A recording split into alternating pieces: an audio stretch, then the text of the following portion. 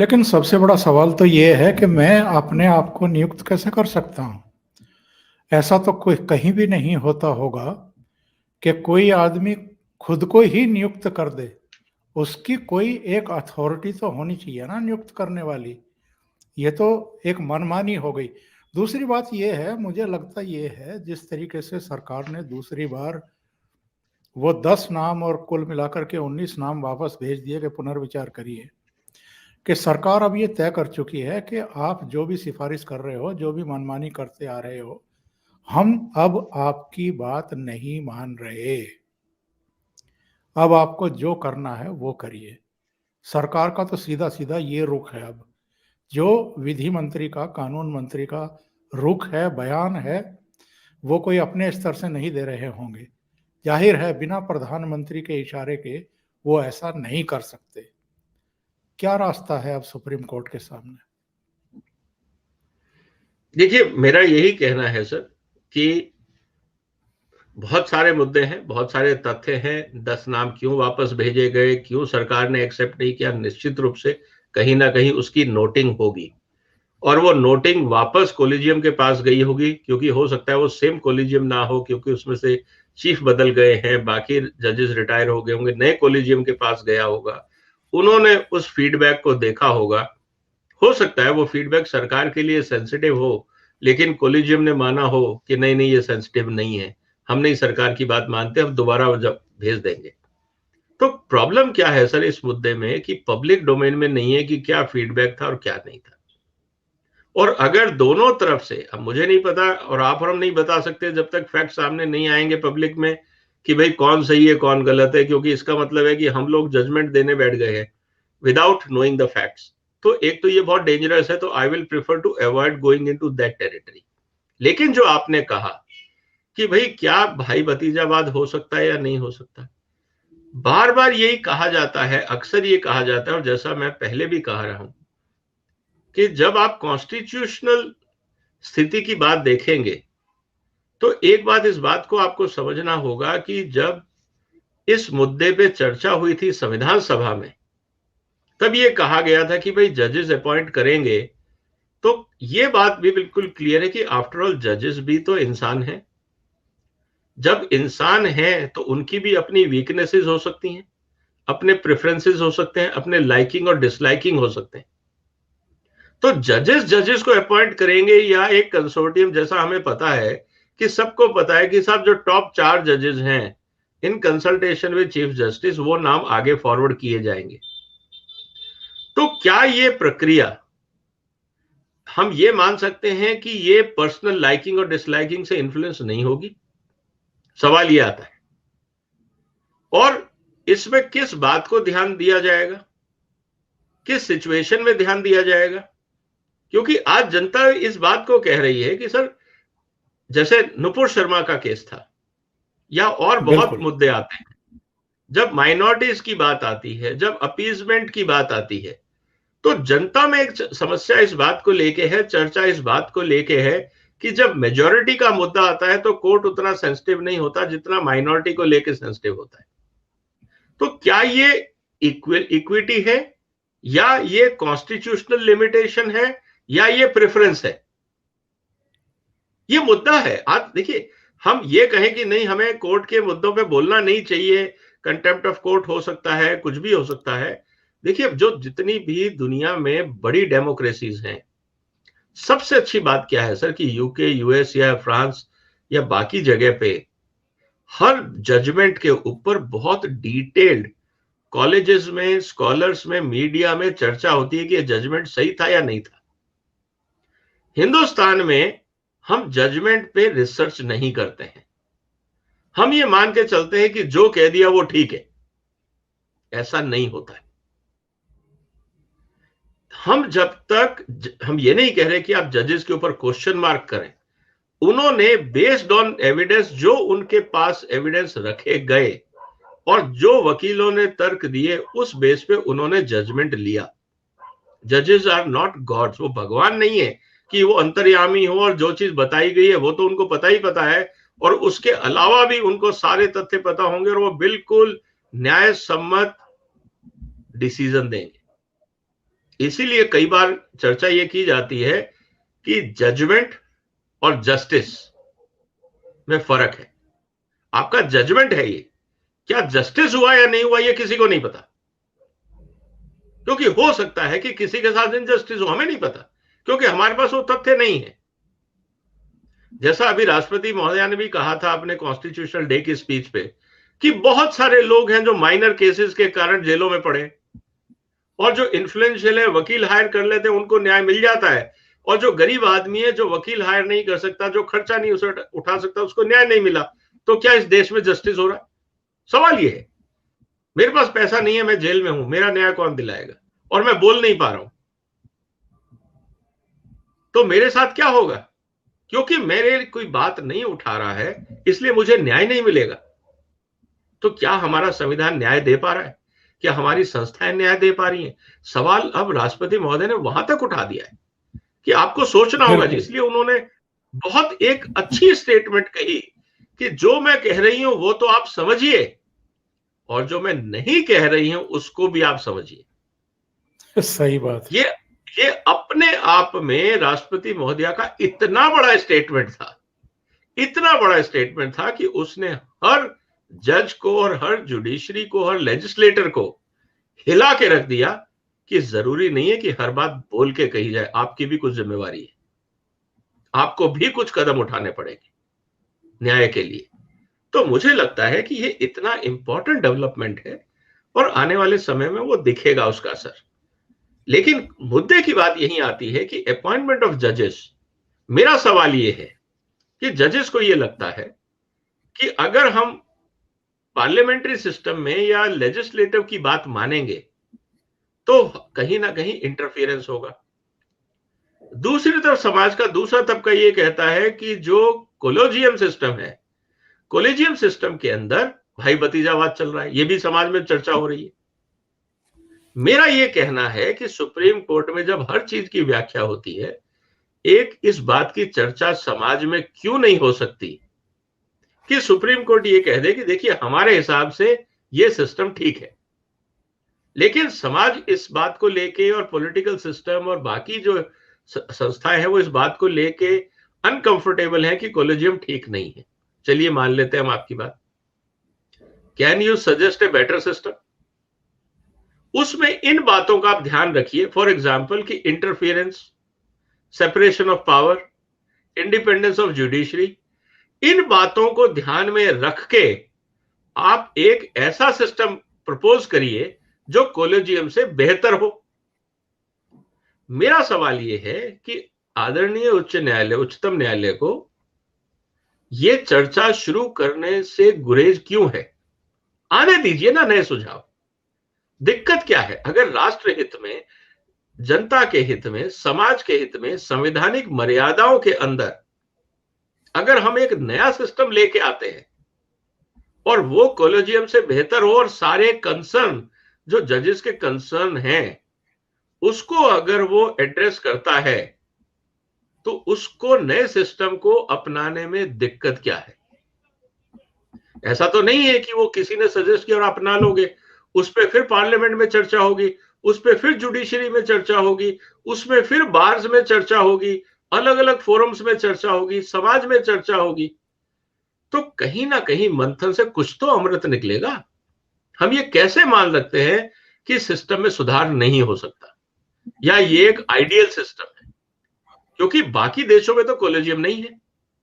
क्या हम ये कहें कि वहां की जो संस्थाएं हैं, यूके का या यूएस का या ऑस्ट्रेलिया का या फिनलैंड का या जापान का, वो सारे अपॉइंटमेंट ऑफ जजेस वो सब डिफेक्टिव हैं? क्या हम ये कहें? इसका मतलब ये है कि मेरा ये मानना है कि जब किसी सिस्टम के अंदर आपने 83 में परिस्थितियों को देख के आपने एक सिस्टम बनाया, उस समय इंटरनेट नहीं था, उस समय बहुत सारी चीजें नहीं थी, ट्रांसपेरेंसी इतनी नहीं थी, मीडिया इतना नहीं था, मीडिया स्क्रूटनी इतनी नहीं थी, प्रेशर्स इतने नहीं थे। आज सब कुछ बदल गया, समाज का एक्सपीरियंस बदल गया, हम लोगों के पास दुनिया भर का एक्सपीरियंस भी आ गया। क्या हम उस पूरे सिस्टम को रिव्यू नहीं कर सकते? जब हम कॉन्स्टिट्यूशनल अमेंडमेंट कर सकते हैं, टैक्स सिस्टम बदल सकते हैं, बाकी सिस्टम बदल सकते हैं, करेंसी सिस्टम बदल सकते हैं, आरबीआई की फंक्शनिंग बदल सकते हैं, हम सब कुछ बदल सकते हैं। आज हम डिजिटल करेंसी की बात कर रहे हैं, सब कुछ बदल सकते हैं समाज के हित में। तो क्या हर्ज है कि हम इस पे खुली चर्चा कराएं कि कॉलेजियम से बेहतर सिस्टम क्या होगा जो सारी मान मर्यादाओं को ध्यान में रख के अपनाया जा सके। अब तो एक्चुअल में ये भी सवाल उठने लगे हैं ना कि सुप्रीम कोर्ट हर जगह घुसने की चेष्टा क्यों कर रहा है। अभी चुनाव आयुक्त की अपॉइंटमेंट हुई, उसकी फाइल मंगा ली कि साहब हमें फाइल दीजिए, हम देखना चाहते हैं कि आपने कैसे नियुक्ति की है। तो मतलब सरकार को इरिटेट करने वाली हरकतें भी हो रही हैं ना। इस तरह की चीजों में जिस तरीके से बीसीसीआई में सुप्रीम कोर्ट घुस गया था, वहां पर विनोद राय को प्रशासक बना करके रख दिया। कई जो संस्थाएं ठीक ठाक काम कर रही हैं वहां भी आपको घुसना है, वहां की भी फाइलें आपको मंगा लेनी है। सरकार को आपको फटकार लगाने का शौक चल रहा हुआ है। मतलब इस तरह की तमाम चीजें हैं जिन पर लोग सवाल खड़े करने लगे हैं। और ऐसे ऐसे लोग पीआईएल दाखिल करते हैं जो घोषित रूप से एक तरीके से उनकी शिनाख्त है कि ये कौन लोग हैं, उनकी पीआईएल एक्सेप्ट कर ली जाती है और उसके बाद शुरू हो जाता है मामला। तो कहीं ऐसा नहीं लगता है कि कुछ जज साहिबान ऐसे हैं जो लगातार इस तरह की चीजें कर रहे हैं और ये जो टकराव हमें दिखाई दे रहा है ये लगातार बढ़ता जा रहा है। बिल्कुल सही कहा आपने, जैसा मैंने पहले भी आपसे कहा सर कि प्रेशर जजेस पे भी है, वो भी इंसान है। लेकिन बात वहीं आती है कि अगर आप किसी भी मुद्दे पे अगर आप चाहते हैं कि आप इंसुलेटेड रहें, कोई आपके ऊपर कोई इंटरफियरेंस ना हो, लेकिन जब सरकार काम करती है तब आपके पीआईएल के माध्यम से आपको इन्वॉल्व करने की कोशिश की जाती है, तो कहीं ना कहीं मुझे लगता है कि सुप्रीम कोर्ट के अंदर एक मंथन होना चाहिए या होता होगा, हमें नहीं पता, जहां जजेस और सीनियर जजेस और चीफ जस्टिस साहब बैठ के चर्चा करें कि हम कहां कहां इंटरफियर करेंगे और कहां नहीं करेंगे। देखिए, सरकार को भी एक प्ले चाहिए होता है इन ए गिवन सिचुएशन।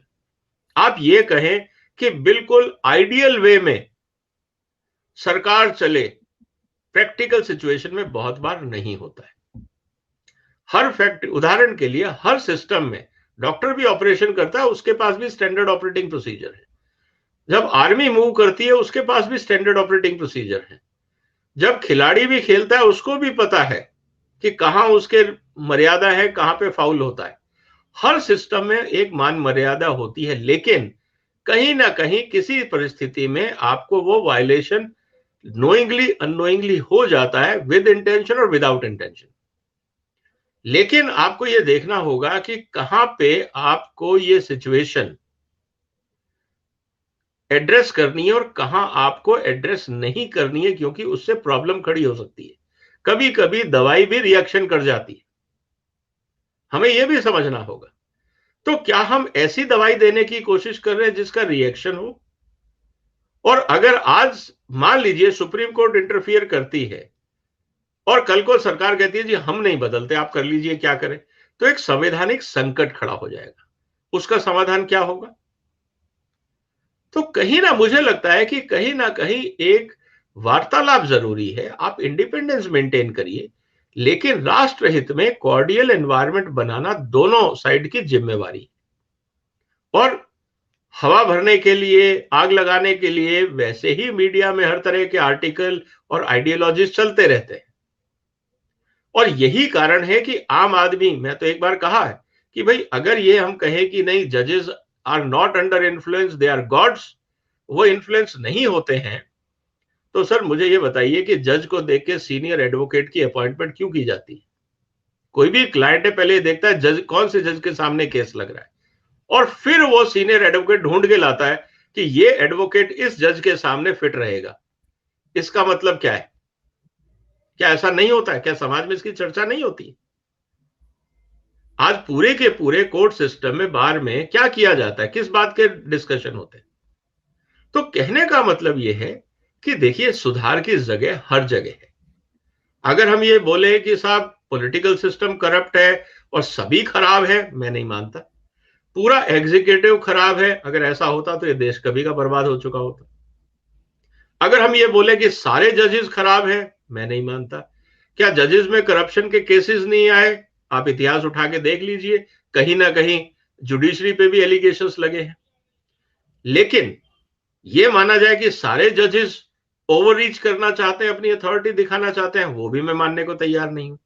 तो कहने का मतलब ये है कि एक सामंजस्य बनाने की जरूरत है।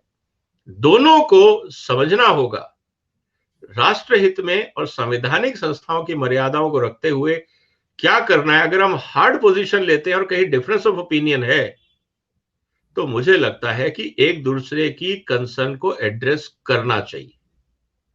अगर हम सिर्फ ये कहते हैं कि हमने नाम भेजे थे, अब आपको एडॉप्ट ही करने हैं, और अगर सरकार ने वापस कर दी है फाइल और उसपे कुछ कंसर्न्स दिए गए हैं, तो मुझे लगता है कि कहीं बिहाइंड द कर्टेन क्या जाके सुप्रीम कोर्ट के अधिकारी अपने जो कानून मंत्रालय के अधिकारियों से बात नहीं कर सकते थे कि यार ये जो आपने ऑब्जर्वेशंस दिए, इसमें हमें ये डाउट है, इसको जरा आप क्लैरिफाई करेंगे?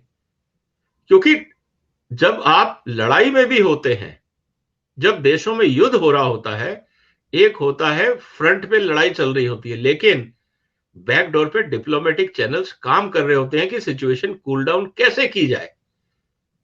इसका मतलब यह है कि क्या विद इन कंट्री, ठीक है, आपका सेपरेशन ऑफ पावर जरूरी है in the interest of country and society and justice, लेकिन जहां पे फ्रिक्शंस हैं, क्या उसका बैकडोर डिप्लोमेसी नहीं हो सकता? जरूरी है हर चीज पब्लिक तक आए और उस पर मजाक बने और समाज में उसकी चर्चा हो और कॉन्फिडेंस दोनों पे शेक हो। ऐसा नहीं है कि ये अगर घटना होगी तो जुडिशरी पे लोगों का विश्वास या कॉन्फिडेंस बढ़ेगा। एक ओपिनियन ये भी बनेगी कि जुडिशरी ऐसा क्यों कर रही है, व्हाट इज देयर इंटरेस्ट, और जनता फिर उसको अलग अलग कॉन्टेक्स्ट में देखने की कोशिश करेगी। जैसा मैंने आपको कहा कि नुपुर शर्मा के केस में जिस तरह से ऑब्जर्वेशंस आई थी, समाज में उसका क्या रिएक्शन था कि जब माइनॉरिटी का कैंडिडेट होता उसको आप तुरंत रिलीफ दे देते हैं, लेकिन जब मेजॉरिटी के किसी की बात आती है तो आप उसको इस तरह के सरमन देते हैं। समाज में इसी बात की चर्चा उठी थी ना, हंगामा क्या हुआ था मीडिया में, सोशल मीडिया पे। तो तीखी कहने का प्रतिक्रिया। मतलब है बहुत तीखी, इसीलिए मैं कह रहा हूं। तो ये मुद्दे फिर जनता अलग अलग सिचुएशंस को जोड़ के, जो नहीं भी इंटेंशन होगा, उसमें लोग रीड करने की कोशिश करेंगे कि इसका मतलब एक पर्टिकुलर आइडियोलॉजी है जो जजेस को डायरेक्ट करती है, या जजेस की एक पर्टिकुलर आइडियोलॉजी है जो अपने हिसाब से देश को चलाना चाहते हैं। तो कहीं ना कहीं ये कन्फ्लिक्ट समाज के लिए और न्याय के लिए अच्छा नहीं है। तो मुझे लगता है सामाजिक मर्यादाओं को देखते हुए, संवैधानिक संस्थाओं को देखते हुए दोनों तरफ से पहल होने की जरूरत है, क्योंकि ये टेम्परेचर जो बढ़ रहा है ये ठीक नहीं। बिल्कुल सही कह रहे हैं विजय सरदाना जी। ये तनाव खत्म होना चाहिए और आत्म मंथन करने की जरूरत है, क्योंकि अगर सुप्रीम कोर्ट की कोई संविधान पीठ ये कहती है कि साहब सीईसी यानी मुख्य चुनाव आयुक्त की नियुक्ति में भी सुप्रीम कोर्ट की उपस्थिति होनी चाहिए, सीबीआई के डायरेक्टर की नियुक्ति में भी वो ऑलरेडी हैं, ऐसी तमाम संवैधानिक संस्थाओं में जो चीफ नियुक्त होते हैं उनमें वो चाहते हैं कि हमारी भूमिका होनी चाहिए। लेकिन जो जनता के द्वारा चुनी हुई सरकार है उसकी निष्पक्षता पर आप सवाल करेंगे, आप कोड़े फटकारेंगे, टाइम टू टाइम आप सरकार को फटकार लगाएंगे, और जो आपकी नियुक्तियां हैं उनमें आप सरकार के किसी प्रतिनिधि को बर्दाश्त करने को तैयार नहीं है, तो सवाल तो उठेंगे। और वो सवाल मुझे लगता है कि सरकार की तरफ से उठ गए हैं। विजय जी, बहुत बहुत धन्यवाद इतना समय निकालने के लिए और एक बहुत ही महत्वपूर्ण मुद्दे पर अपने विचार जाहिर करने के लिए। Thank you so much sir, thank you so much. नमस्कार।